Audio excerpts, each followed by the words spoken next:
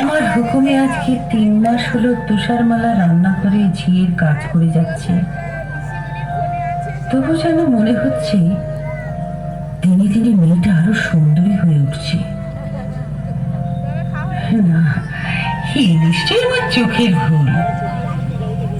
আয়নাকে একবার জিজ্ঞেস করে জেনে নি, শুনে ওকে বলি।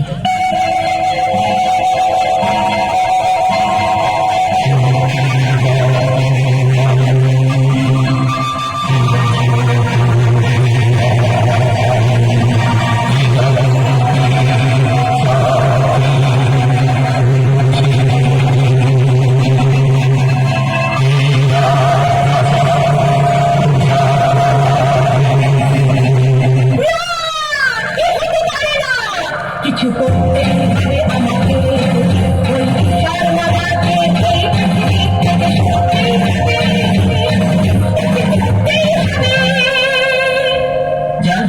হুকুম করুন মহারানী। তোমার রোজগার কেমন? আমি দুবেলা পেট ভরে খেতে পারি না রানীমা। তোমার পেট ভরবে, সব হবে। তুমি সোনা চাও, মতি চাও, হিরে চাও, সব পাবে। আপনি আপনি গরিবের মা, আপনি দুঃখের মা। দিন দিন পায়ে ধুলো দিন। না না, তুমি আমার পাছো না। তোমার হাতের মালাতে আমার ফর্সা পাক কালো হয়ে যাবে। তাহলে ওই পোশাকটা ছুঁই। না না না, ময়লা লাগা পোশাক আমি পরি না, আগুনে পুড়িয়ে ফেলি। শোনো, তোমার একটা কাজ করতে হবে। বলুন বলুন, কি কাজ?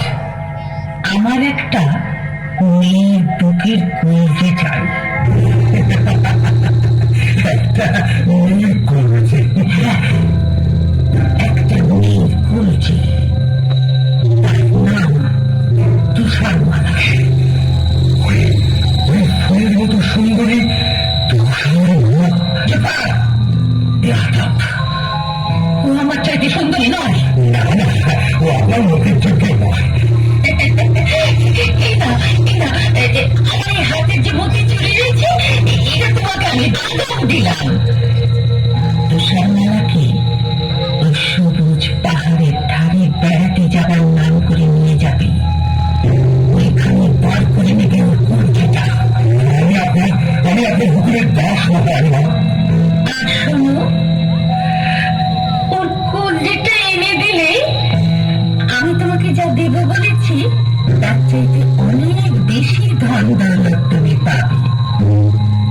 আর না পারলে নিজের মুন্ডটা নিজে কেটে আমার পায়ের তলায় প্রণামী দিয়ে যাবে।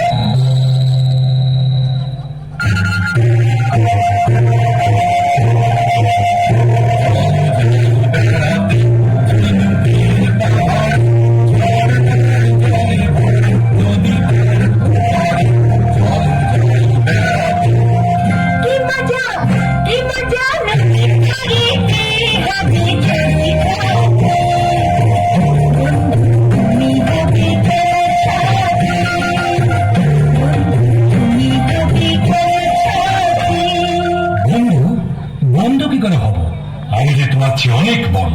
তাতে কি? এসো এসো আমার সাথে